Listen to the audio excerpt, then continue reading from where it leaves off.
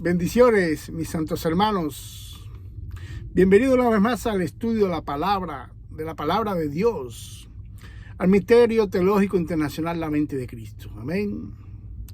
Les prometí en la clase pasada que íbamos a estudiar algo sobre Abraham, conocido en el Antiguo Testamento y reconocido en el Nuevo como el padre de la fe, del pueblo de Israel, no de la iglesia de los gentiles, de nosotros no. Nuestro Padre es Dios y fuimos creados en Cristo, no en Abraham. ¿Ok? Me gusta siempre hablar de esto para que no haya equivocaciones. El Padre de la fe del pueblo de Israel. Nosotros los gentiles nunca estuvimos ni en la ley, ni somos descendientes sanguíneos de Abraham. ¿Ok? Fuimos creados en Cristo, Hijo de Dios. Pues hoy vamos a ver a la luz de la palabra, primeramente de cómo sus descendientes llegaron a idolatrar hasta hoy a este hombre, a este hermano. Imposible creer que Dios haya levantado a este hombre para que sea idolatrado por su pueblo, como tampoco Abraham tuvo intenciones de que sus descendientes lo hicieran un ídolo, como hasta hoy en muchos de sus descendientes del corazón de estos judíos e israelitas, que esté Abraham ahí como un ídolo. Para ayudarte un poco sobre este tema de estudio, te diré que la palabra idolatrar en acción significa adorar o rendir culto a un ídolo, amar y admirar con exceso a una persona o una cosa, amar y admirar con exceso a una persona o una cosa. Con exceso.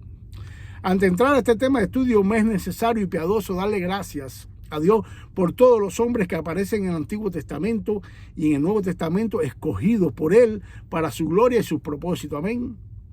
También quiero darle las gracias a Dios por todos mis hermanos en Cristo que han sido y son herramientas útiles para el reino de Dios, escogidos por Él antes de la fundación del mundo para su gloria y honra. Amén. Nadie en esta tierra se puede vanagloriar de lo que ha hecho por el reino de Dios, ya que no solo Dios nos escogió y nos predestinó, sino que también este mismo Dios, Filipenses capítulo 2, versículo 13, porque Dios es el que en vosotros, en nosotros, provoca, produce, así el querer como el hacer. Amén.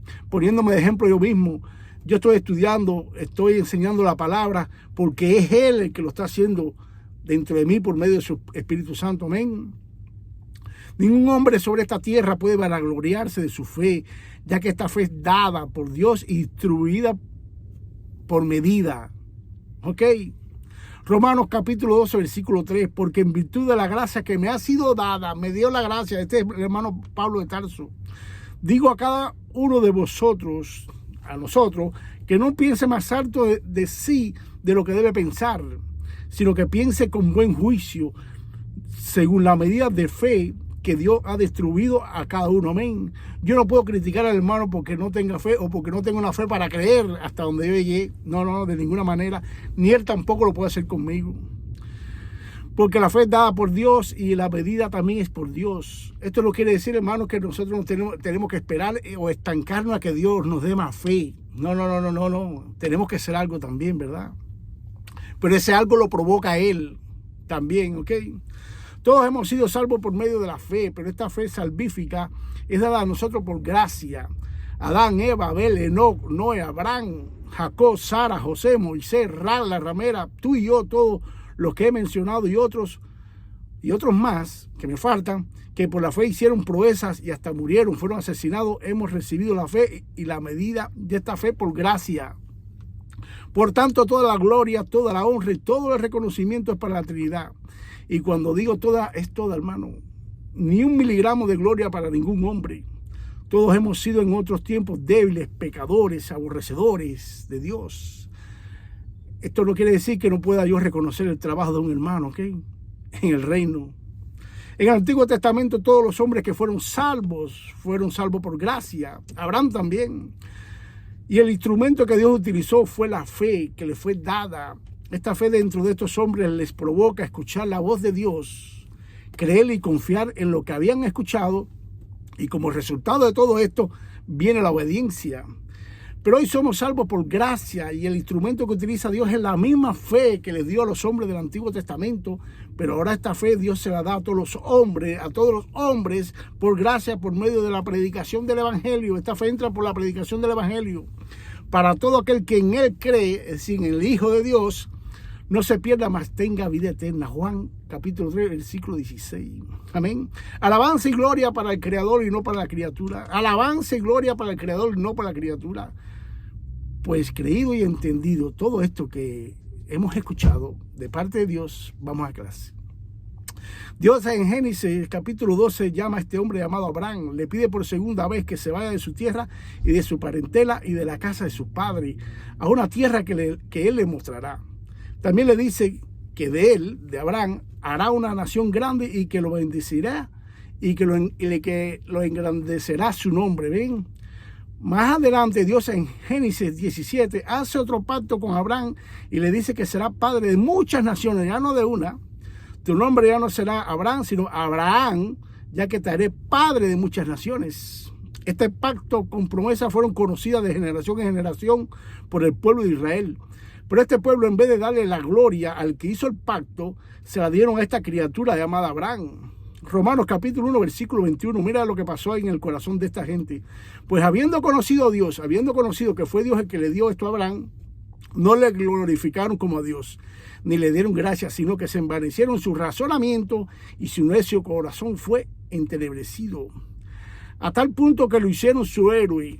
El pueblo de Israel hizo héroe a Abraham, lo hizo su ídolo y también su padre. Este pueblo ya tenía la Torá escrita y sabían que Dios había revelado que Israel era su hijo, por tanto que él era su padre. En Éxodo 4:22 aparece: entonces dirás a Faraón, este Dios hablándole a Moisés, así dice el Señor, Israel es mi hijo, mi primogénito. Dios en este capítulo había revelado al hermano Moisés que el pueblo de Israel era su hijo primogénito terrenal, en la carne. Dios le llama hijo porque él fue el que lo creó, él fue el que lo formó y lo multiplicó, cumpliendo el pacto y promesa que le hizo a Abraham en Génesis 17. Pero este pueblo de dura cerviz prefirió llamar padre a Abraham y no a Dios. Llega el Señor de la gloria en persona, Jesús. Su celo por la palabra de su padre les enseña a este pueblo idólatra que ellos tienen un solo padre. Mateo capítulo 23, versículo 9. Y no llaméis padre vuestro a nadie en la tierra, no llaméis a nadie, ni a Abraham, porque uno es vuestro padre, el que está en los cielos. Se está hablando del padre espiritual aquí, ¿verdad? El autor de la vida, Jesús, en varias ocasiones confronta la idolatría de este pueblo con Abraham y llegó el momento que les reveló algo que ellos no sabían. Juan capítulo 8, versículo 58. Jesús les dijo: de cierto os digo, antes de Abraham yo soy. Ok. Este Cristo, que es el mismo Dios encarnado, les contó una parábola a estos idolatras que se creían salvos por ser hijos de Abraham. En esta parábola Dios se burla de ellos y se ríe de ellos. Quizás tú, hermano mío, estarás pensando: ¿cómo que Dios se burla de ellos y se ríe de ellos? Jorge, no entiendo esto. Ok, escuchen el Salmo 2, versículo 4. El que mora en los cielos se reirá, el Señor se burlará de ellos. Esto es un salmo mesiánico, ¿verdad? La parábola del rico y Lázaro es una burla, un choteo que le hace Jesús, que es Dios, a los líderes y religiosos de aquella época, a los fariseos, saduceos y a los maestros de la ley. Vamos a donde está el hermano Lucas, capítulo 16, versículo 19.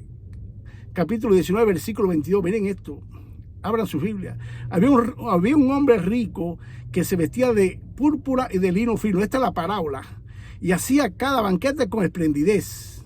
Este es Jesús riéndose de ellos, criticándolos, ¿no? Pregunto a mis hermanos, ¿quién eran los que vestían con vestidos de púrpura y de lino fino en aquella época? ¿A quién Jesús le está hablando? Mediante la parábola. Vamos, ¿no se acuerdan? En esa época eran los fariseos y otros líderes de aquella religiosidad y torcedura de la Escritura los que se vestían así.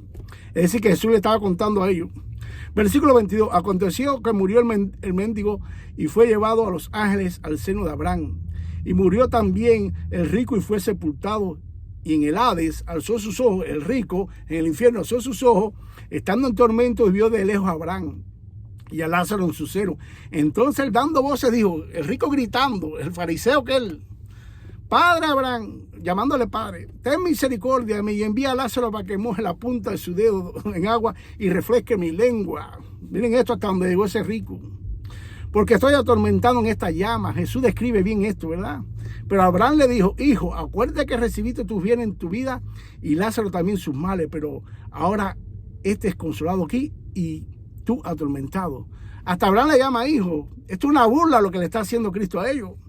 En el versículo 27, este rico en el infierno representando a estos idolatras, le dice, te ruego, Padre, que le envíes a Lázaro a la casa de mi padre, porque tengo 5 hermanos para que le testifiquen, a fin de que no vengan ellos también en este lugar de tormento.